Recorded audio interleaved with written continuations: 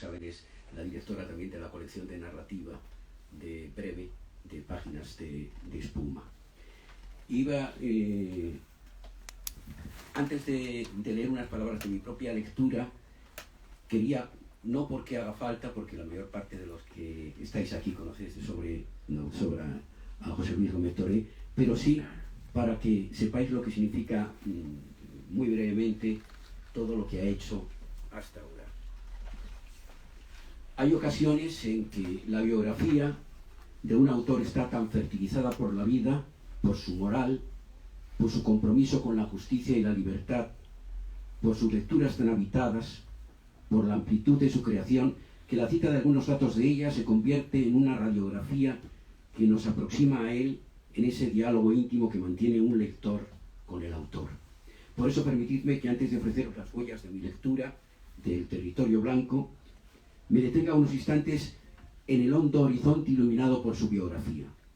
José Luis Gómez Toré, doctor en Filología Hispánica y licenciado en Filosofía, poeta, profesor, ensayista, investigador, esto es muy importante, y traductor, ha buceado en la razón poética de María Zambrano en su ensayo El centro oscuro de la llama, publicado por Ciudad Nueva. Nos ha transmitido cómo en Francisco Brines tiempo, espacio y memoria se vinculan en una constante reflexión acerca del vivir humano a través de su obra La mirada elegíaca, Premio Internacional Gerardo Diego de Investigación Literaria, que publicó Pretextos. Ha rescatado del olvido libros como Amadís y El explorador de Ángel Crespo, en colaboración con la inolvidable Pilar Gómez Vedate, rescate al que también fue sensible Pretextos.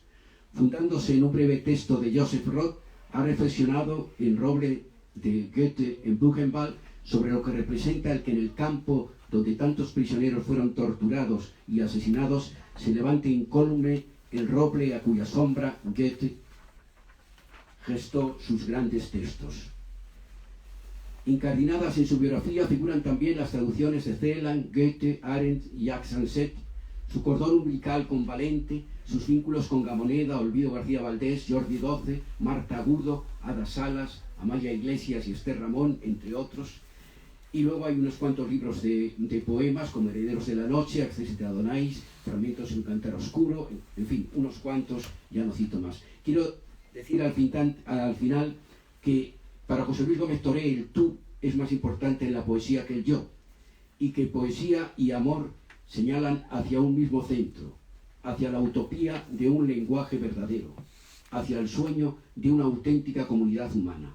Y añade José Luis, escucha, humildad, silencio, solo eso pide la obra de arte. Y eso está también, naturalmente, al formar parte de sus genes en este libro, que yo he titulado este texto Palabra Matriz de José Luis Gómez Toré. El territorio blanco es un territorio que podemos habitar con nuestra propia vida porque está lleno de germinaciones, porque abre surcos en nuestra existencia con unos poemas en los que su autor se toma la temperatura a sí mismo, pero sin caer nunca en solipsismo, incluyendo siempre al otro. Poemas que nos conducen a la reflexión tras habernos previamente inundado, pues pensamiento y sentimiento actúan al unísono, poseedores de una aspiración a la totalidad y a la síntesis de lo distinto que para mí encarna el color blanco, siguiendo a Juan Eduardo Cirlot. Blanco, añado, que es matriz, espacio donde está todo por alumbrar.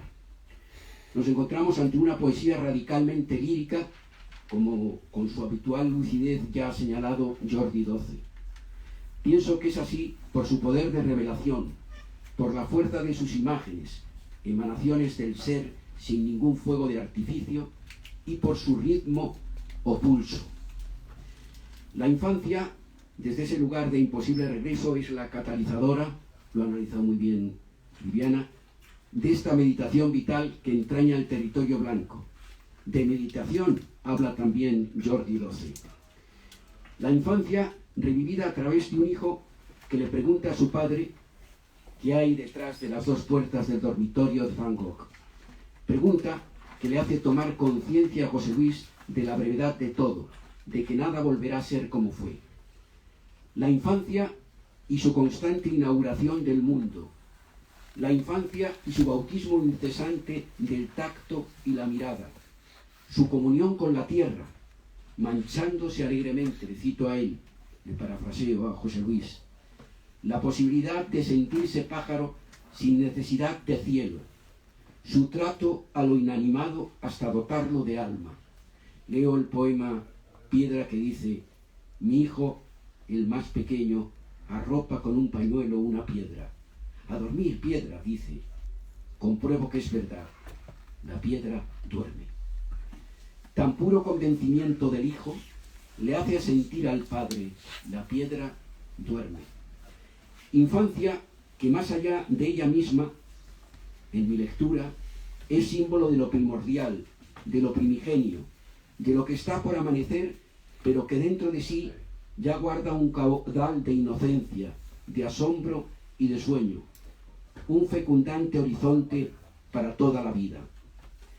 Existe, en efecto, en el territorio blanco, una poética de la infancia, como bien ha apuntado Mariano Peirú, que irriga todo el libro.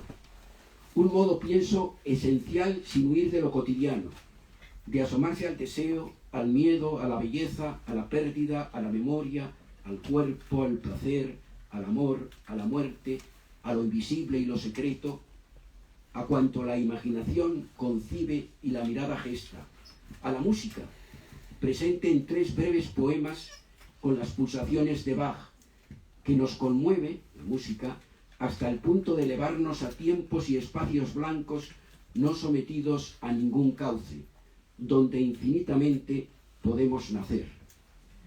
Música que es como la circulación sanguínea que mide tanto la vida como la muerte. Son 3 poemas. El primero dice: preludio de un latido, otra vez y otra vez rasga el cielo la noche. Así insiste la muerte, así la vida. 2. La música de cámara, de cámaras, aurícula, ventrículo, más allá de la sed, apenas cauce. Y 3. Llevas la mano al pecho, al hueco. Un río. ¿Dónde?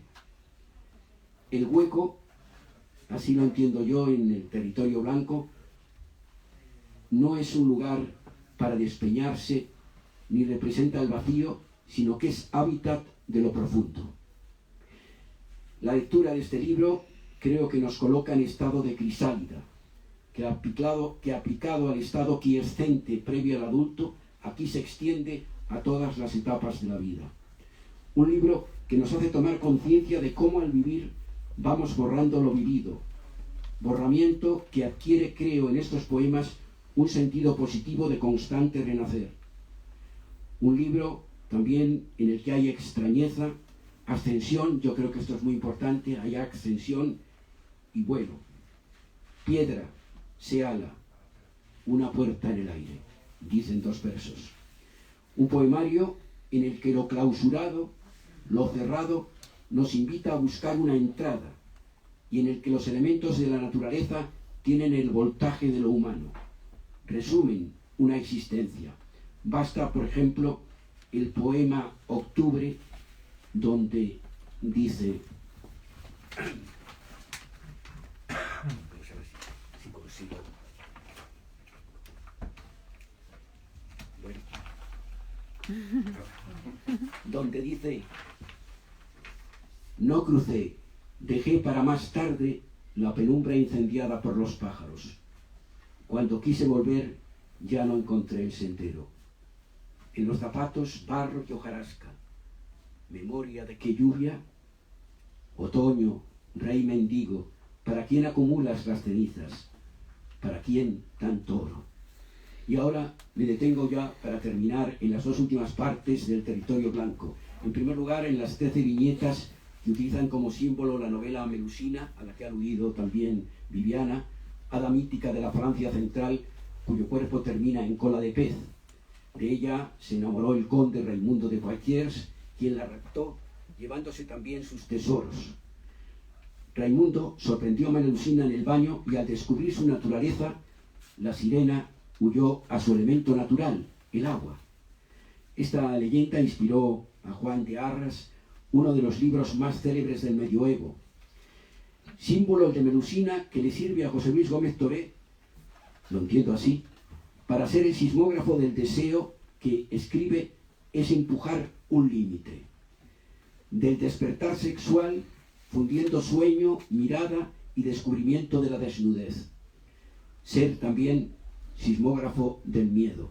Y aquí hay unos versos que ya me parece que ha leído Viviana, que no voy a leer otra vez, referidos al miedo. En cuanto a la última parte, está compuesta por 7 variaciones sobre un tema de Wallace Stevens, a partir de la cita «Lo imperfecto es nuestro paraíso».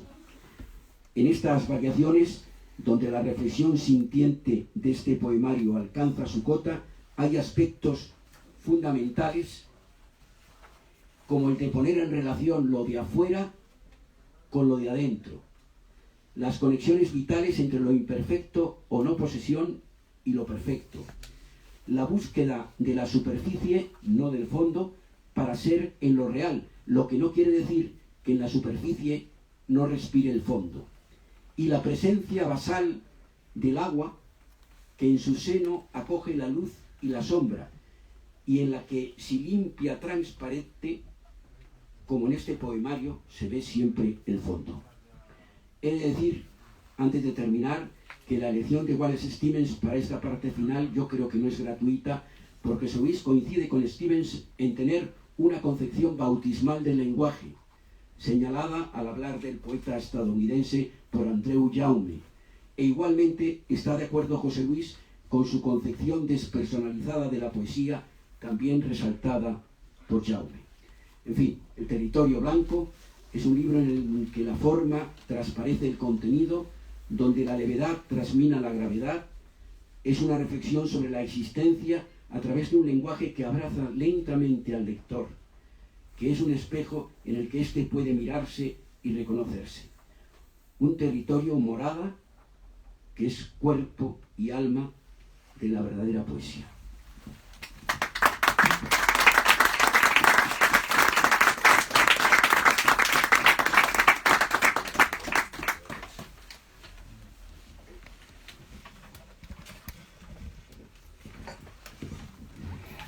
Bueno, ¿qué decir ahora?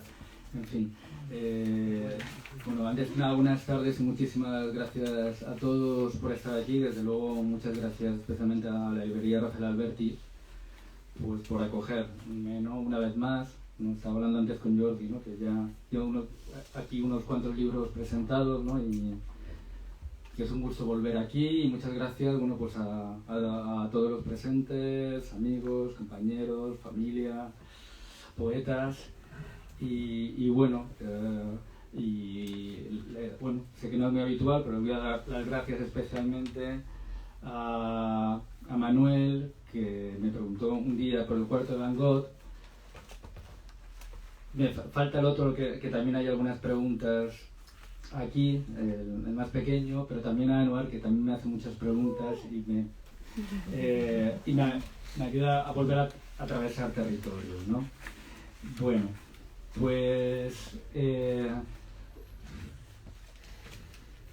y claro, gracias especialmente tanto a Javier como a Viviana por estas lecturas tan fabulosas, esta presentación tan fabulosa, que bueno, la semana pasada hizo una lectura Ana Blandiana en Madrid y después de que la presentara Jordi 12, aquí presente, pues dijo Ana Blandiana, ¿no? Bueno, pues y que voy a leer yo algo así como que va a leer ella ahora, ¿no? Que después de las palabras de Jordi, como me va a estar a la altura. Bueno, si eso lo dice Ana Blandiana, entonces piensa Ana Blandiana que voy a hacer yo.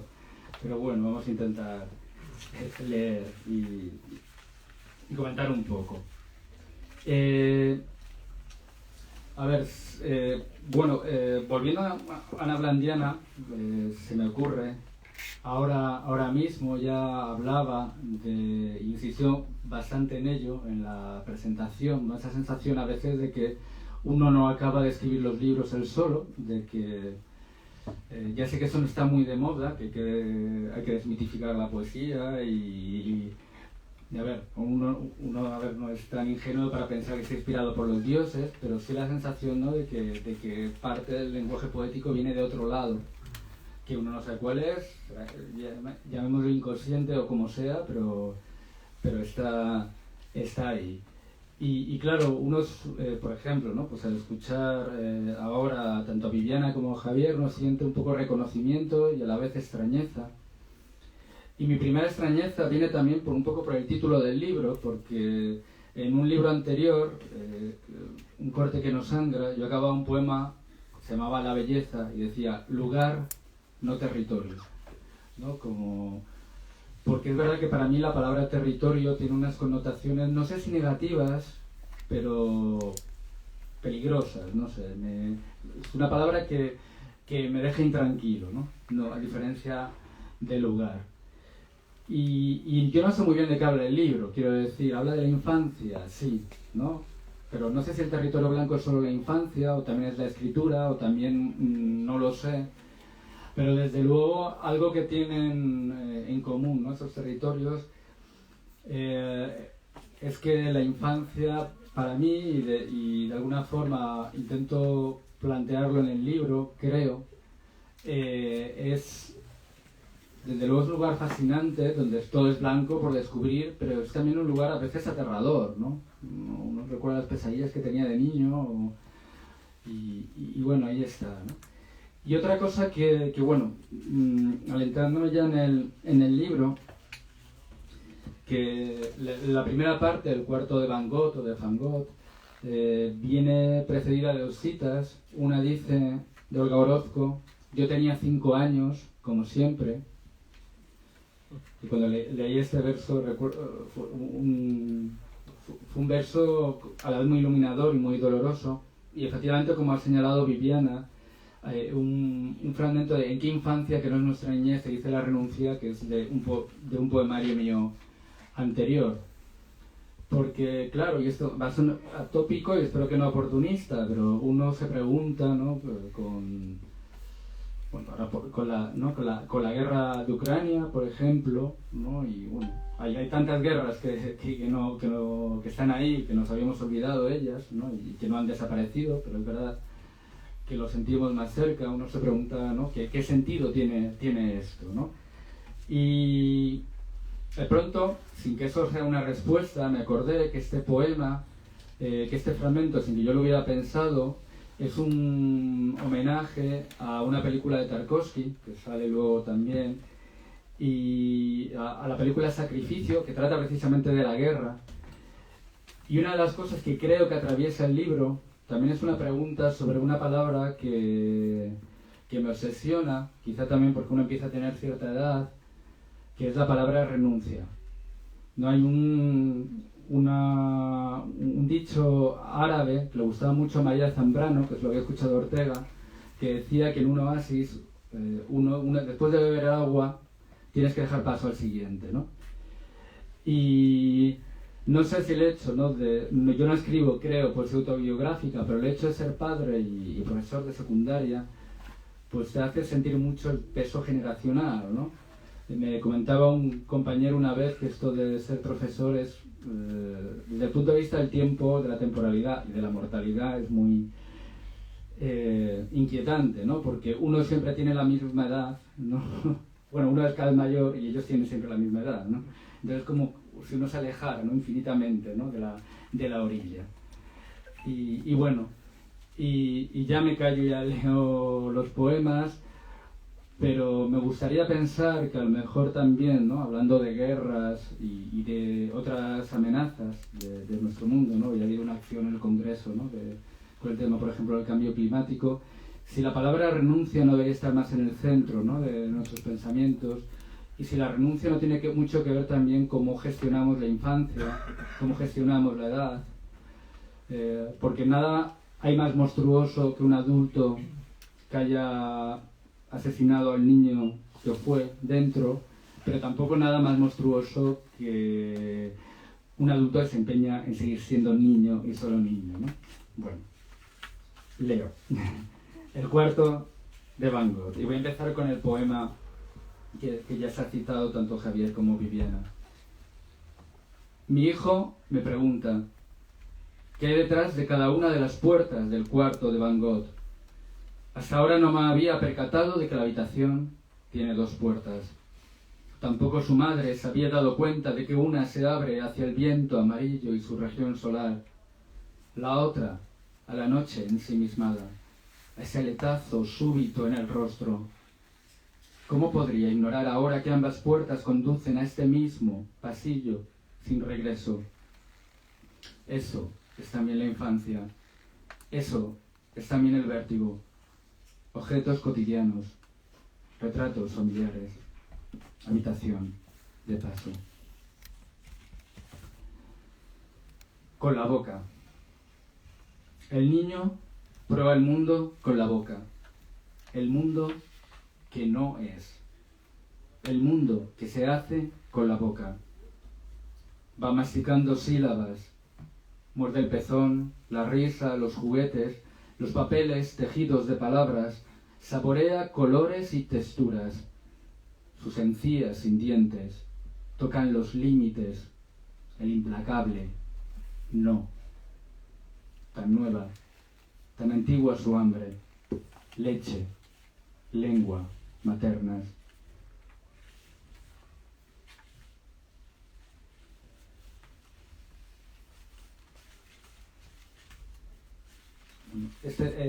Aunque se ha leído antes, bueno, porque me apetece leerlos juntos, son muy breves, pero ahora la repetición voy a leer el poema Piedra y el poema Caballos, que es el Piedra, es quizá uno de los poemas con más tiempo del libro, Caballos es el último que escribí, y donde curiosamente apareció Tarkovsky. ¿No?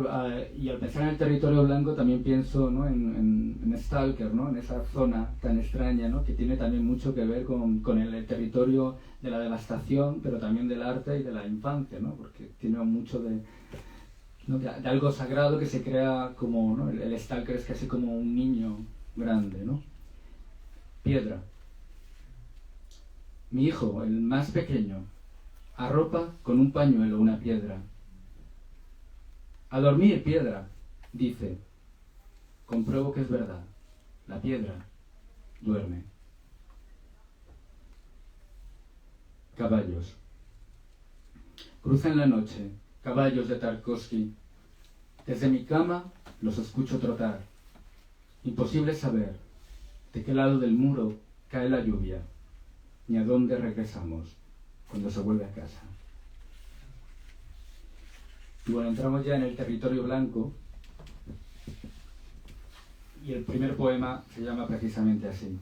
El territorio blanco. Hay nieve, no pureza. Un lugar más doloroso, aún más extraño que la vida, si yo fuera posible.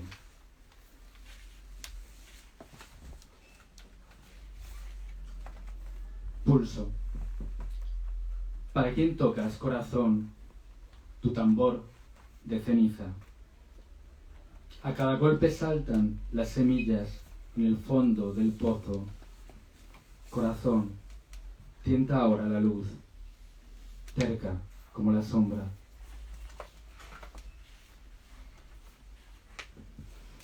Bueno, el poema Zurich realmente sale de una visita a Zurich, también un cierto estupor, ¿no? Porque en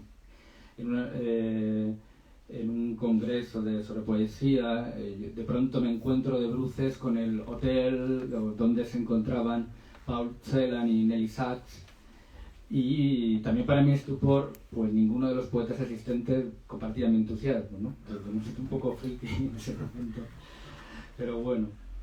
También dice algo de algunos territorios, ¿no? De la poesía española. Zurich, con una cita de Paul Celan.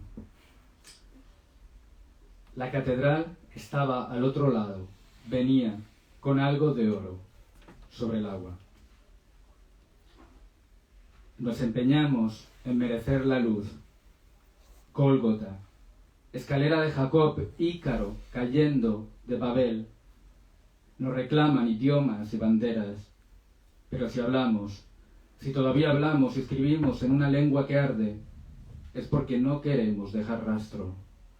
Guardamos tantos nombres y hay que borrar las huellas. Piedra, séala, una puerta en el aire.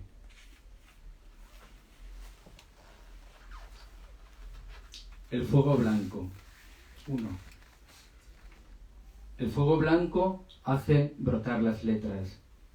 Buscas las quemaduras. No hay marcas en la piel. 2. El verde insiste, debajo de la escarcha. ¿Qué color tiene el miedo? 3. No sabes cómo has llegado aquí.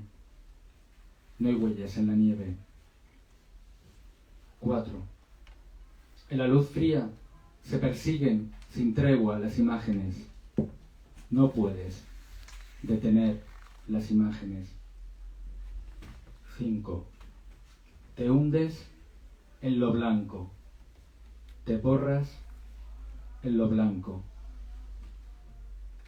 Y 6. ¿Qué es visión? ¿Qué es ceguera?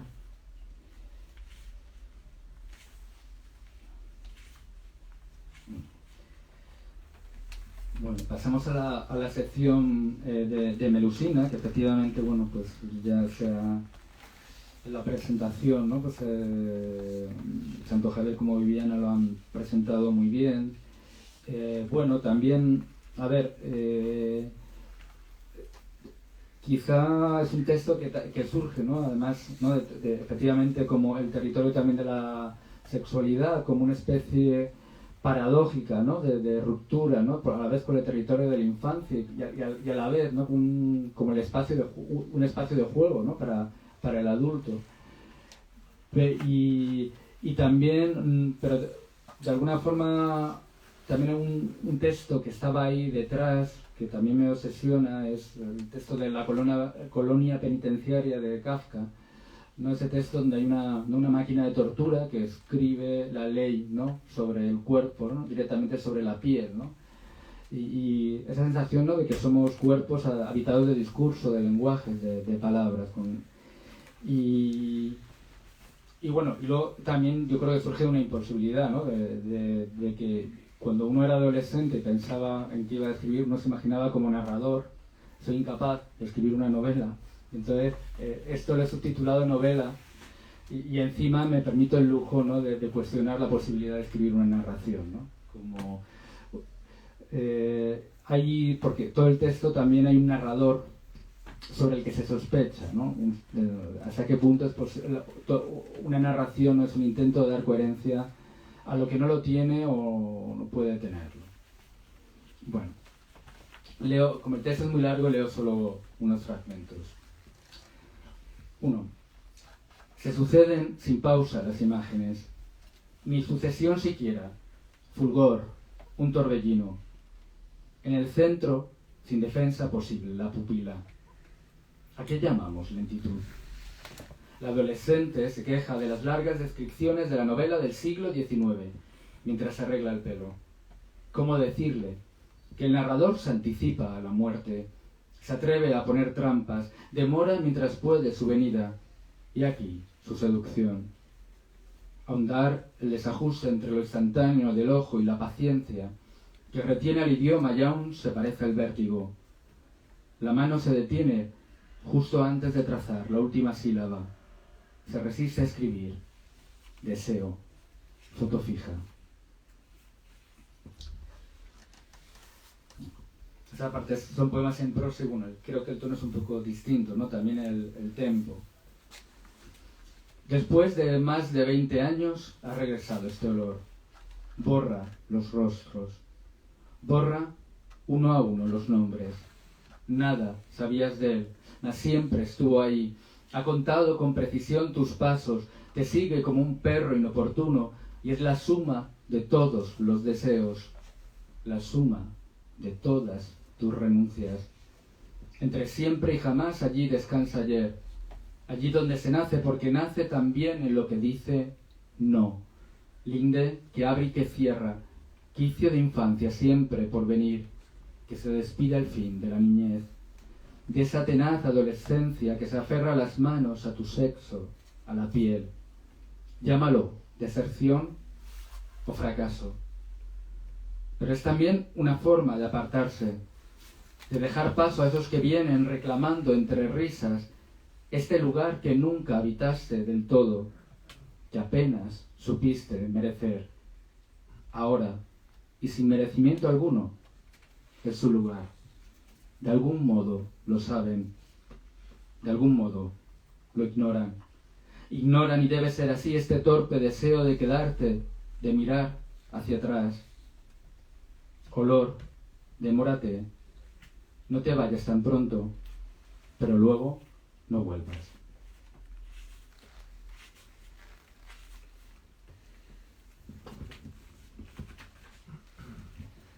Y un texto del que también se ha hablado. El miedo es un armario abierto, una rendija apenas, y la voz que se apaga en la garganta, el pulpo que va palpando el túnel con tentáculos torpes, el grito que no llega, que se queda atrapado en el fondo del pozo y no logra turbar el sueño de los padres. El miedo es un patio de colegio que debes atravesar de incógnito y deprisa. El miedo es no reconocer apenas el rostro en el espejo, el futuro que llega con aspecto cansado y los primeros muertos. El miedo es la tos seca del hijo aferrada a la noche, su cuerpo diminuto, cada vez más pequeño, cada vez más borroso, casi invisible, ya en tus brazos. El miedo es el terror, ese que no conoces, miedo a ser torturado, a las bombas que caen desde un cielo de plástico y metal transparente. El miedo es un padre rodeado de cables como tentáculos que brotan del centro más oscuro del oscuro. Es su voz que no encuentra salida al laberinto que comunica el salón de su casa con la noche amarilla de hospital. El miedo guía tu mano torpe, la mano que sostiene el sexo, ya nunca mítico del padre.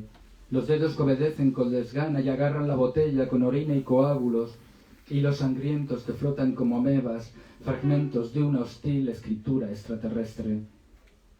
El miedo eres tú, tu pelo cano, los tentáculos que te conectan al pulpo entre vías y cables en el pasillo que lleva del cuarto de los padres a la noche azul plomo de hospital, y el olor de la orina, y la máquina contando sin piedad tus latidos, y tus ojos que observan, sin que puedas apartar la mirada, la vieja rendija que se abre hasta tragar el mundo, el armario que siempre estuvo ahí. Y el último texto de esta sección, para pasar ya a la última sección, bueno, que es un texto que juega, y como está también aquí Pilar Martín Gil, a la que agradezco mucho que haya venido, ¿no? Y en una ocasión, bueno, pues me invito a traducir el famoso poema de Goethe, ¿no? Del rey de los elfos, y para dialogar precisamente con un libro suyo, y con ese texto juega un poco, o recuerda, ¿no? ese texto, ¿no? El niño que cabalga atravesando el viento, que se empeña en cruzar al otro lado de la sombra, mientras los padres duermen, ignorantes de todo, sin saber que ellos son también parte de la noche. El hombre que fue niño y se quita la ropa y contempla las letras que asoman poco a poco en la piel. El narrador que mira, para no ser mirado, que atraviesa como un agente doble los barrios de los ricos y trafica con púrpura en muy pequeñas dosis. Ese que sabe que el secreto no era la desnudez, sino el rastro fantasmal de los cuerpos, la escena primordial del lenguaje habitando la carne, llenándola de símbolos. En el centro, sin posible defensa, la pupila, blanco, ese girar, sin tregua. Y bueno, como para acabar, efectivamente, las 7 variaciones sobre un tema de Wallace Stevens, y empiezo por el tema de Wallace Stevens.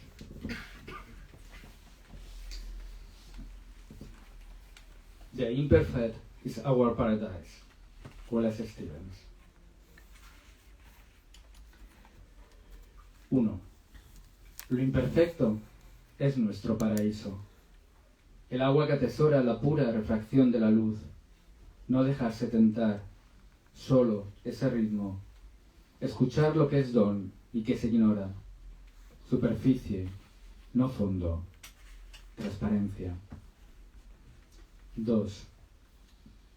Si lo imperfecto es nuestro paraíso, quizás la perfección es el infierno.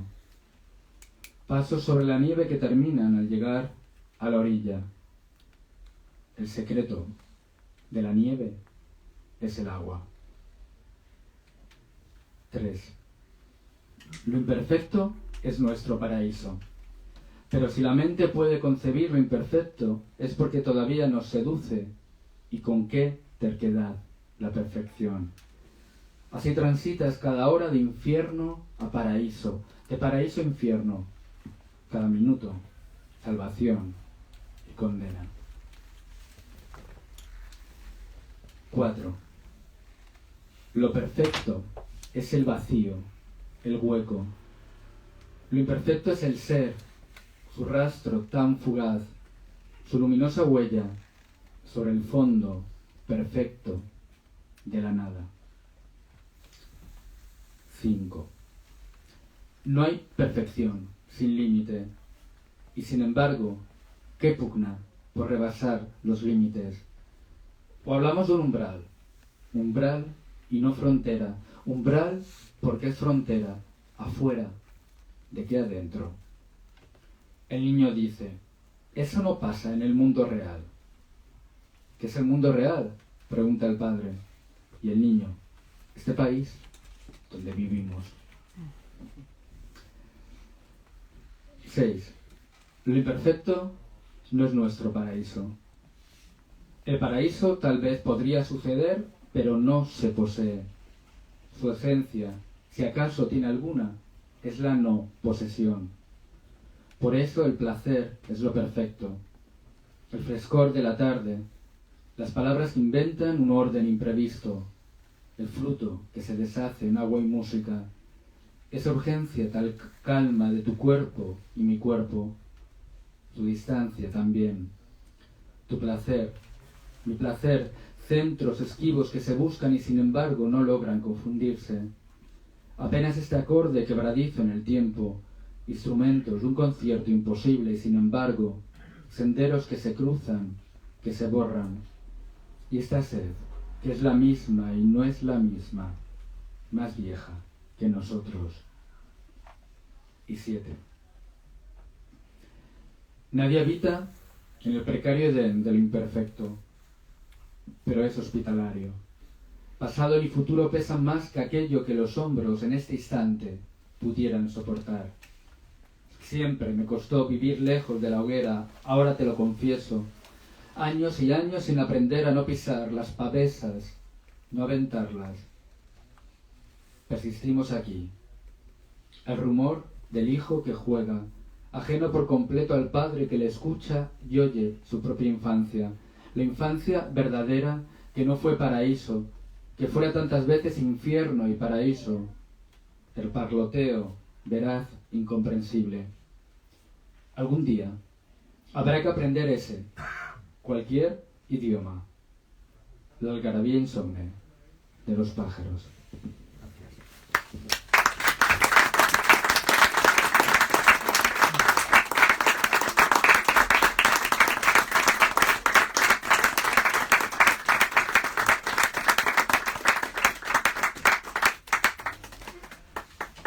Muchas gracias, José Luis. Muchísimas gracias. Es un gran placer volverte a recibir aquí con otro libro nuevo debajo del brazo. Como ya decía Jordi, son ya ¿cuántos? Bastantes. Unos cuantos, ¿no? Espero que sigamos, ¿no? Todos aquí reuniéndonos alrededor de la poesía estupenda de José Luis Gómez Toré, en compañía de Viviana y de Javier Lostales siempre, mucho tiempo. Que el tiempo se detenga siempre así. Muchísimas gracias. Muchísimas gracias.